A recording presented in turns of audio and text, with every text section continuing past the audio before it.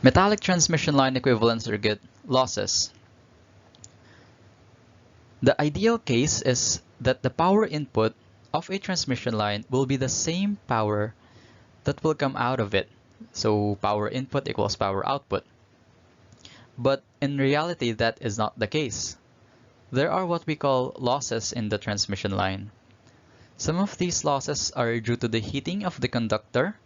So the power input is greater than the power output because some of the power are converted to heat energy.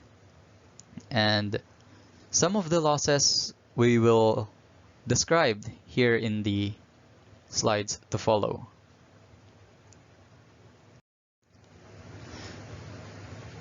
Here are the 5 different losses of a transmission line. We'll go through each. First, we have the conductor losses.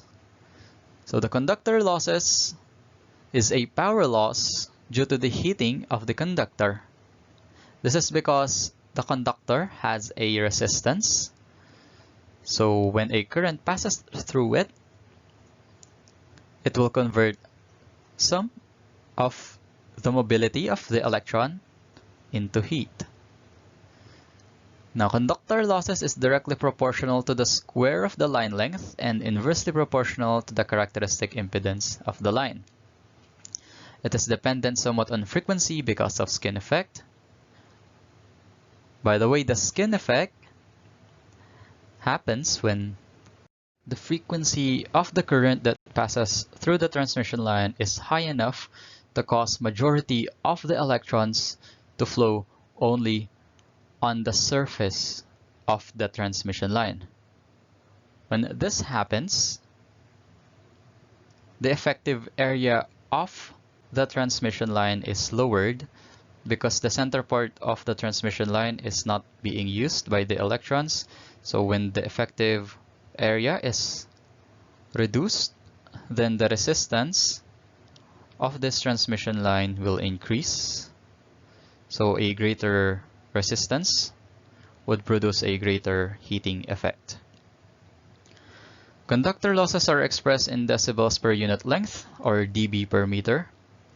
To reduce this, shorten the transmission line or use a larger diameter wire with less resistance. Dielectric heating losses. Dielectric heating is caused by the difference of potential between two conductors of a metallic transmission line. This is negligible for air dielectric, but increases for a higher relative dielectric material. This also increases with frequency for solid core transmission lines. Radiation losses. Radiation losses is the energy radiated by two conductors in a metallic transmission line separated by a fraction of wavelength. It is dependent on the dielectric material used and the conductor spacing and length of the transmission line. There are what we call shielded cables, or STP, and coaxial cables. They have less radiation losses than unshielded cables. The unshielded cables are twin lead, open wire, and UTP. UTP is unshielded twisted pair cables.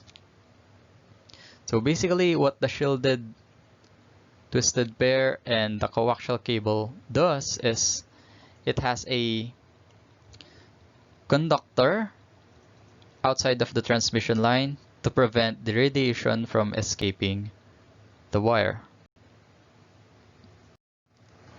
Coupling losses.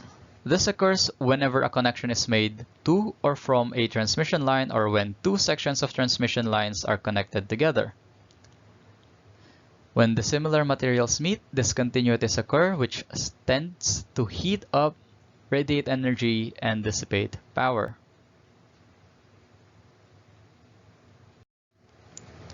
Lastly, we have corona. Corona is a luminous discharge that occurs between the two conductors of a transmission line when the difference of potential between them exceeds the breakdown voltage of the dielectric insulator. So when corona occurs, the transmission line is destroyed.